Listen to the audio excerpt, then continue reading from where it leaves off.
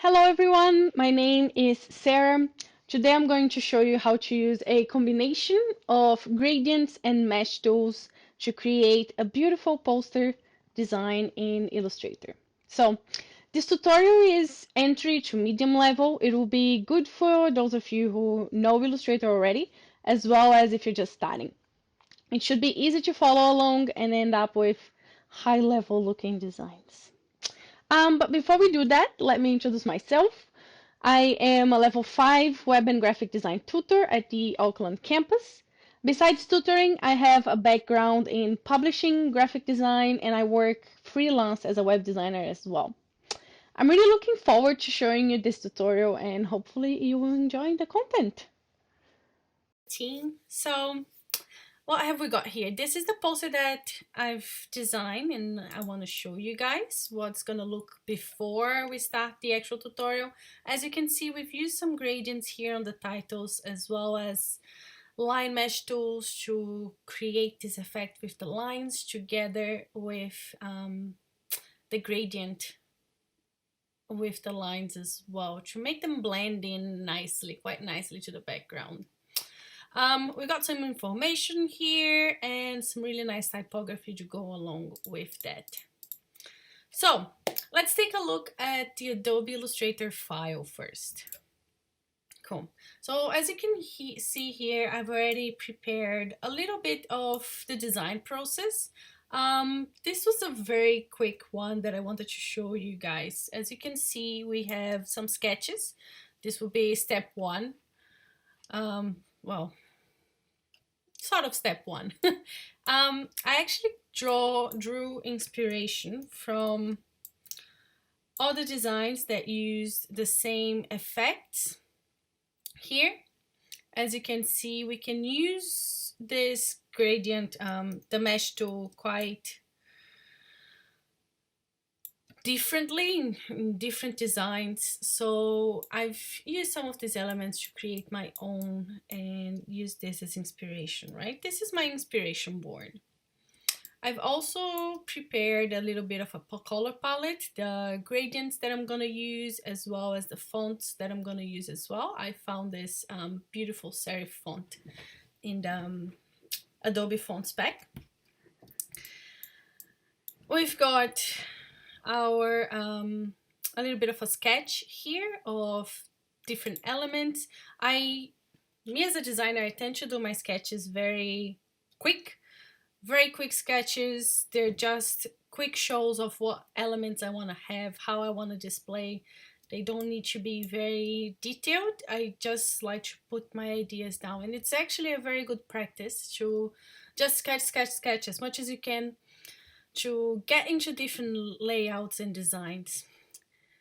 This is actually something that gets asked a lot in the industry, to be creating posters, flyers, things like that.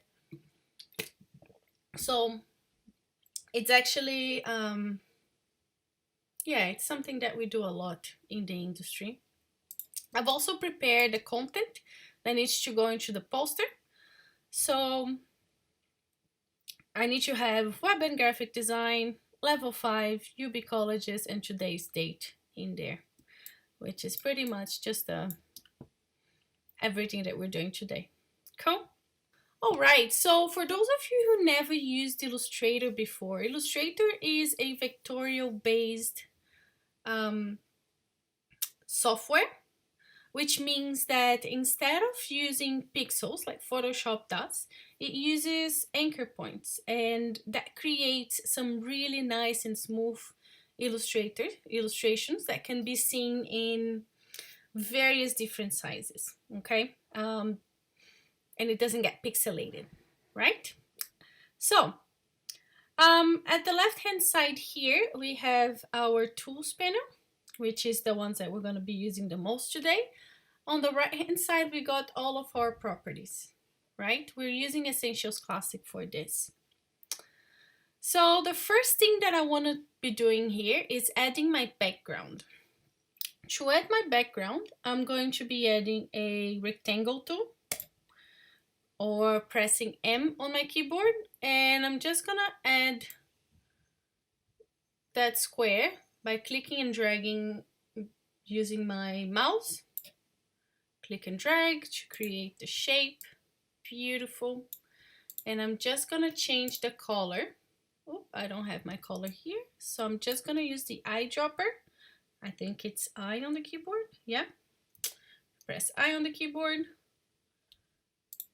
We can change the color there. So you have to have the object selected to actually be able to change the colors by using the eyedropper tool. Cool. I've got my background. I don't want my background to be moving when I'm doing other things. So I'm gonna go on my layers on the right hand side. And I am going to create a new layer. Drag my selection, which is the yellow, into the top layer that I just created by click and dragging into the selected artwork on my layer and bringing into the top. That was more than it should. So all the commands from Photoshop, Command Z, Command C, Command V, they all work in Illustrator as well. So if you feel like you've done something wrong, you can go Command Z and that should work. Now, I'm going to click on my square and I'm gonna quickly just get that into that new layer. I'm gonna lock the new layer and create a new one where all of the other artwork's gonna go. So if I try to move this yellow square, yellow rectangle, it's not gonna happen. You see, I can't click on it. Cool. So what we're gonna be doing here, first thing that we need to do is actually to create the lines that we're gonna be using. As you can see, I've used, this is the poster design, so I've used this kind of ocean pattern that fits with this wireframe here. Okay, so this is the one that we're using. Let me make this red. So I wanted to create a flow from the left to the right of the page. And before we think about, okay, we're gonna be using the flow, what we need to do is actually, we need to create the lines, right? So I'm going to select my stroke to be white. On my colors here, we got two options. We got a fill and a stroke. I don't need it to be 8 points, so I'm gonna change that to 1 point. And using my line segment tool, which is the 8th one from top to bottom, I'm going to click and hold, click and drag, holding shift on my keyboard, so we create a nice straight line. Once you got the line until the point that you want, you can let go of the shift, let go of the mouse and the shift. So it should create one straight line. Cool. All right. So easiest way to repeat this line, instead of me copy and pasting, I could do that. I could copy and paste. I could hold option and drag it down. So we don't really know how far apart they are from each other. Instead of doing that, I'm actually going to use an effect to copy the same line over and over again. So I'm gonna go to my effects panel at the very top, and I'm gonna select distort and transform, and make sure that you're in the Illustrator effects, not on the Photoshop one. So we're looking for distort and transform. And in here, what I want it to move vertically by 10 millimeters, and I want to make lots of copies. So instead of doing, as you can see here, it already moved 10 millimeters. Actually, let's make it 5 millimeters. Cool. Let's make a lot of copies. Let's make maybe 60. Cool. So that's lots and lots and lots of them. Awesome. If you have the preview hit, you can see exactly what that's going to look like. So we just created 60 copies of the same line by just a couple of clicks, and they all have the same distance apart between each other. So I'm gonna hit OK. Beautiful. Now you can see that there's actually one line and all of the copies are not really showing on my vectors. If I click in one, it's not doing anything, it's just the same line. So we need to expand this line by going Object, Expand Appearance. And that creates that repetition of lines. Cool. So we got all separate lines. You can see that they're all separate because if I use my direct selection tool, I can select them separately. So they're all here. Great. What I'm gonna do now, I'm gonna go again and select Object. We're going to create a envelope distort, and we're gonna select Make with Mesh. That's where our mesh tool begins. With the mesh tool, the way that it works, it actually allows you, let me hit preview. It allows you to change the points within the lines and mesh them together, blend them together. We're gonna keep it 2 rows and 2 columns for now. And what we're gonna do, we're actually going to use the direct selection tool to change the directions of those lines, okay? So each one of this creates a different anchor point, which I can then move around by using the direct selection tool, which is not the first one, it's the second one from top to bottom. You can hit A on your keyboard, and by selecting the edges of those anchor tools, I can actually change the directions of the lines to whatever I want. Cool. So what I'm gonna do on the edges, let me see if I can show you this, guys. On the edges of my lines, I need to pick up my handle. So if you, in the direct selection tool, if you continue going down the path of my line, you will get the option of handle.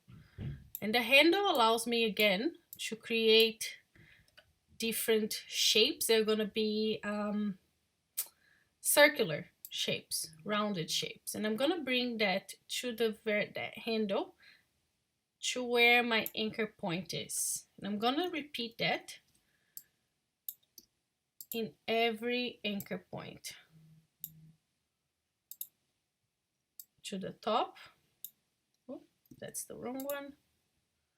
Handle.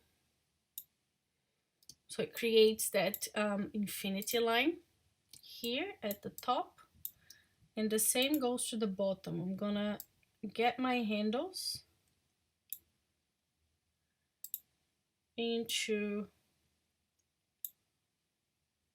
the bottom lines as well. Cool.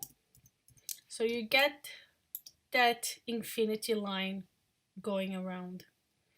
So what I'm gonna do now, I'm actually just going to play around with the anchor points, and you guys are more than welcome to do that to create this orbit shapes that we have. So you can bring them closer together if you like. You can make them further apart.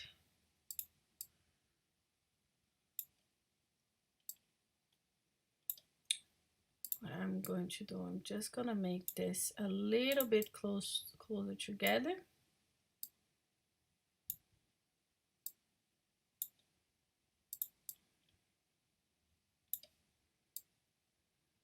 So we can make some of those very round shapes there.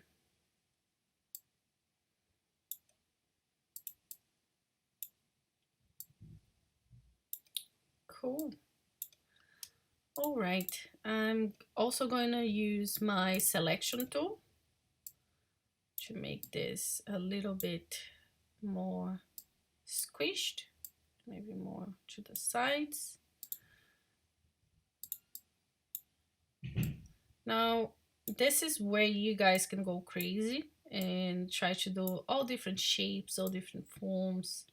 It's really up to what you're going to be creating. And this is the fun bit, for me at least. Trying to see if you can see that we can overlap some of this as well to create this folding effect. I might leave this overlapped just because. Cool. So we've got the lines, we've added the gradient mesh, the mesh. Now we need to add the gradient to this, right? So to do that, we need to expand the appearance again, right? Because they're not lines anymore, they have been meshed into one thing. So I'm gonna go Object, Expand again to make this expand for both the object and the view. And what that does, it actually makes each one of these lines again that we can fill up with different colors. So object and view is ticked. Okay. We are now going to use my gradient that I created.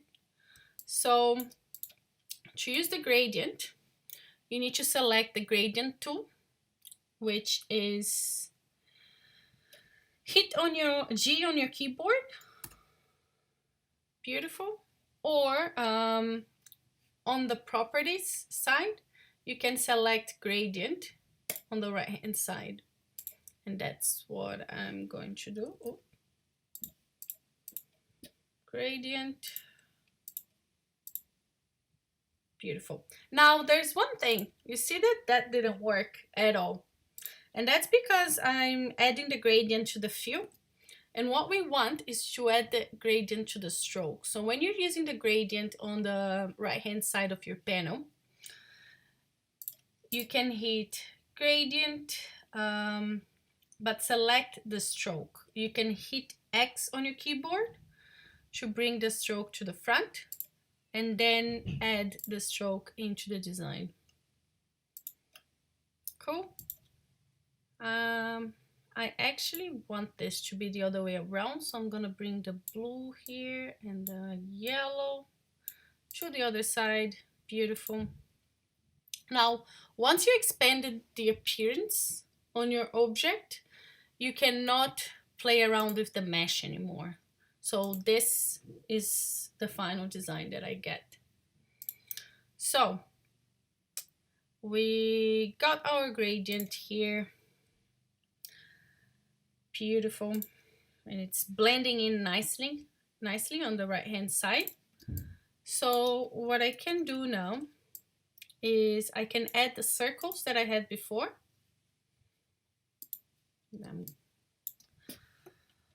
Circles, ellipse, beautiful.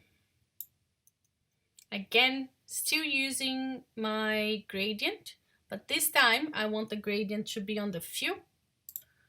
So what I can do is hit Shift X and bring that fill in rather than stroke. So again, if I have my stroke as a gradient, I can hit Shift X to shift that to my fill. Again, what I'm going to do is change the angle of this gradient to maybe 90 degrees. Sorry, minus 90 degrees. Cool. and I'm gonna bring in the gradient slider a little bit closer from, oops, to the yellow, so we have a more yellow present than blue. Bring to front, cool. So we got a little bit of like a sunrise effect into the mountain somehow. Cool. Same thing for, actually for the other one. What we might do is hold Option on our keyboard to make a copy. And then using our transform, we're gonna rotate the circle around. So the yellow is up. And we don't get a lot of changes between them. So that transition between the yellow and the gradients has to be quite smooth. I'm gonna bring this here down a bit. And last but not least, we're gonna grab the content that we needed to add.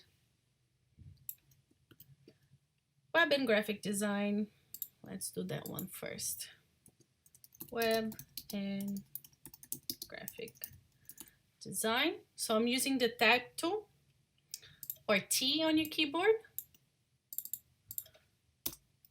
Web and graphic design. Beautiful.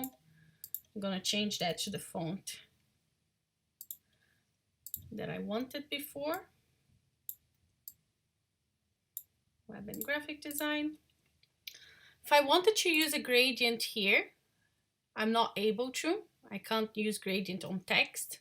So again, we need to expand the appearance, or we can right click and select create outlines.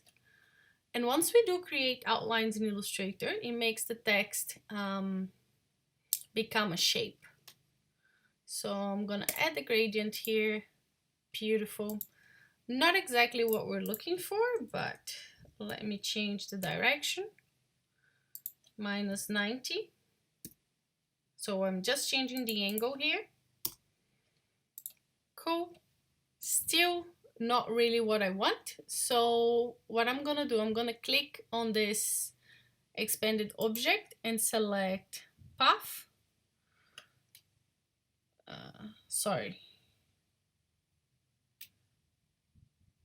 Compound path, make, or Command 8. Okay. And as you can see, that applies the gradient into literally the phrase as a whole, rather than doing each line separately. Okay.